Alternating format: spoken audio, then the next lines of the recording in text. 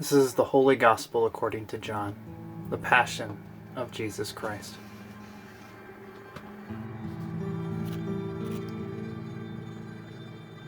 Jesus went out with his disciples across the Kidron Valley to a place where there was a garden, which he and his disciples entered. Now Judas, who betrayed him, also knew the place, because Jesus often met there with his disciples. So Judas brought a detachment of soldiers, together with police from the chief priests and the Pharisees, and they came there with lanterns and torches and weapons. Then Jesus, knowing all that was to happen to him, came forward and asked them, "Whom are you looking for?" They answered, Jesus of Nazareth. Jesus replied, "I am he." Judas, who betrayed him, was standing with them. When Jesus said to them, I am he, they stepped back and fell to the ground. Again he asked them, "Whom are you looking for?" And they answered, Jesus of Nazareth. Jesus answered, "I told you that I am he. So if I am the one you are looking for, let these men go." This was to fulfill the word that he had spoken. I did not lose a single one of those whom you gave me. Then Simon Peter, who had a sword, drew it, struck the high priest's slave, and cut off his right ear. The slave's name was Malchus. Jesus said to Peter, "Put your sword into its sheath. Am I not to drink the cup the Father has given me?" So the soldiers, their officer, and the Judean police arrested Jesus and bound him. First, they took him to Annas, who was the father-in-law of Caiaphas, the high priest that year. Caiaphas was the one who had advised the Jews that it was better to have one person die for the people. Simon Peter and another disciple followed Jesus. Since that disciple was known to the high priest, he went with Jesus into the courtyard of the high priest. But Peter was standing outside at the gate. So the other disciple, who was known to the high priest, went out, spoke to the woman who guarded the gate, and brought Peter in. And the woman said to Peter, "You are not one of this man's disciples, are you?" He said, "I am not." Now the slaves and the police had made a charcoal fire because it was cold, and they were standing around it and warming themselves. Peter was also standing with them and warming himself. Then the high priest questioned Jesus about his disciples and about his teaching. Jesus answered, "I have spoken openly to the world. I have always taught in synagogues and in the temple, where all the Jews come together. I have said nothing in secret. Why do you ask me? Ask those who have heard what I said to them. They know what I said." When he had said this, one of the police standing nearby struck Jesus on the face, saying, "Is that how you answer the high priest?" Jesus answered, "If I have spoken wrongly, testify to the wrong. But if I have spoken rightly, why do you strike me?" Then Annas sent him bound to Caiaphas, the high priest. Now Simon Peter was standing and warming himself. They asked him, "You are not also one of his disciples, are you?" He denied it and said, "I am not." One of the slaves of the high priest, a relative of the man whose ear Peter had cut off, asked, "Did I not see you in the garden with him?" Again Peter denied it, and at that moment the cock crowed.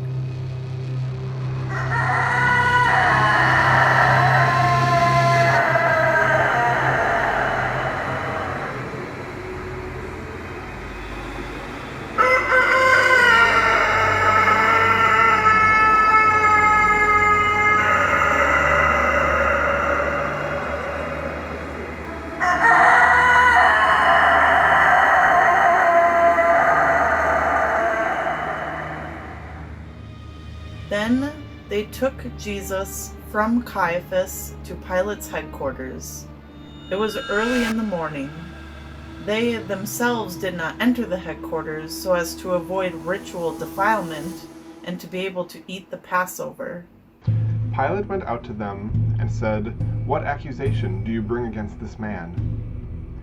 They answered, "If this man were not a criminal, we would not have handed him over to you." Pilate said to them, "Take him yourselves and judge him according to your law." The Judeans replied, "We are not permitted to put anyone to death." This was to fulfill what Jesus had said when he indicated the kind of death he was to die. Then Pilate entered the headquarters again, summoned Jesus, and asked him, "Are you the king of the Jews?" Jesus answered, "Do you ask this on your own, or did others tell you about me?" Pilate replied, "I am not a Jew, am I? Your own nation and the chief priests have handed you over to me. What have you done?" Jesus answered, "My kingdom is not from this world. If my kingdom were from this world, my followers would be fighting to keep me from being handed over to the Judeans. But as it is, my kingdom is not from here." Pilate asked him, "So you are a king?" Jesus answered, "You say that I am a king. For this I was born, and for this I came into the world, to testify to the truth. Everyone who belongs to the truth listens to my voice." Pilate asked him, "What is truth?" After he had said this, he went out to the Jews again and told them, "I find no case against him, but you have a custom that I release someone for you at the Passover. Do you want me to release for you the king of the Jews?" They shouted in reply, "Not this man, but Barabbas." Now, Barabbas was a bandit. Then Pilate took Jesus and had him flogged. And the soldiers wove a crown of thorns and put it on his head, and they dressed him in a purple robe. They kept coming up to him, saying, "Hail, King of the Jews!" and striking him on the face. Pilate went out again and said to them, "Look, I am bringing him out to you to let you know that I find no case against him." So Jesus came out, wearing the crown of thorns and the purple robe. Pilate said to them, "Here is the man." When the chief priests and the police saw him, they shouted, Crucify "Crucify him! him! Crucify Crucify him! him! Crucify him! Crucify him! Crucify him! Crucify him!" Pilate said to them, "Take him yourselves and crucify him. I find no case against him." The Judeans answered him, "We have a law, and according to that law he ought to die because he has claimed to be the Son of God." Now when Pilate heard this, he was more afraid than ever. He entered his headquarters and again asked Jesus, "Where are you from?" But Jesus gave him no answer. Pilate therefore said to him, "Do you refuse to speak to me? Do you not know that I have the power to release you, the power to crucify you?" Jesus answered him, "You would have no power over me if it was not given to you from above. Therefore the one who has handed me over to you is guilty of the greater sin." From then on, Pilate tried to release him. But the Judeans cried out, "If you release this man, you are no friend of the emperor. Everyone who claims to be a king sets himself against the emperor." When Pilate heard these words, he brought Jesus outside and sat on the judge's bench at the place called the Stone Pavement, or in Hebrew, Gabbatha. Now it was the day of preparation for the Passover, and it was about noon. He said to the Jews, "Here is your king." They cried out, "Away with him! Away with him! Crucify him!" Pilate asked them, "Shall I crucify your king?" The chief priests answered, "We have no king but the emperor."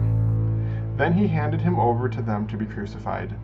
So they took Jesus, and carrying the cross by himself, he went out to what is called the place of the skull, which in Hebrew is called Golgotha. There they crucified him, and with him 2 others, one on either side, with Jesus between them. Pilate also had an inscription written and put on the cross. It read, "Jesus of Nazareth, the King of the Jews." Many of the Judeans read this inscription, because the place where Jesus was crucified was near the city, and it was written in Hebrew, in Latin, and in Greek. Then the chief priests of the Jews said to Pilate, "Do not write the King of the Jews, but this man said, I am the King of the Jews." Pilate answered, "What I have written, I have written." When the soldiers had crucified Jesus, they took his clothes and divided them into 4 parts, one for each soldier. They also took his tunic. Now the tunic was seamless, woven in one piece from the top. So they said to one another, "Let us not tear it, but cast lots for it, to see who will get it." This was to fulfill what the scripture says. They divided my clothes among themselves, and for my clothing they cast lots. And that is what the soldiers did. Meanwhile, standing near the cross of Jesus were his mother and his mother's sister, Mary the wife of Clopas, and Mary Magdalene. When Jesus saw his mother and the disciple whom he loved standing next to her, he said to his mother, "Mother, here is your son." And then he said to his disciple, "Here is your mother." And from that hour the disciple took her into his home. After this, when Jesus knew that all was now finished, he said, in order to fulfill the scripture, "I am thirsty." A jar full of sour wine was standing there.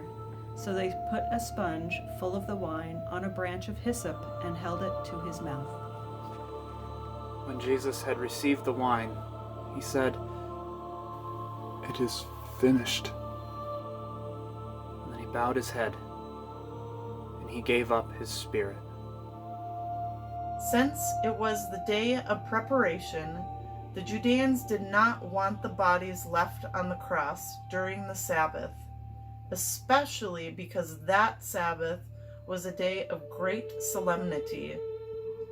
So they asked Pilate to have the legs of the crucified men broken and the bodies removed. Then the soldiers came and broke the legs of the first and of the other who had been crucified with Jesus. But when they came to Jesus and saw that he was already dead, they did not break his legs. Instead, one of the soldiers pierced his side with a spear, and at once blood and water came out. He who saw this has testified so that you may believe. His testimony is true, and he knows that he tells the truth. These things occurred so that the scripture might be fulfilled. None of his bones shall be broken. And again, another passage of scripture says, "They will look on the one whom they have pierced." After these things, Joseph of Arimathea, who was a disciple of Jesus, though a secret one because of his fear of the Jews, asked Pilate to let him take away the body of Jesus. Pilate gave him permission, so he came and removed his body. Nicodemus, who had first come to Jesus by night, also came, bringing a mixture of myrrh and aloes, weighing about 100 pounds. They took the body of Jesus and wrapped it with the spices in linen cloths, according to the burial custom of the Jews. Now there was a garden in the place where he was crucified, and in the garden there was a new tomb, in which no one had ever been laid. And so, because it was the Jewish day of preparation, and the tomb was nearby, they laid Jesus there.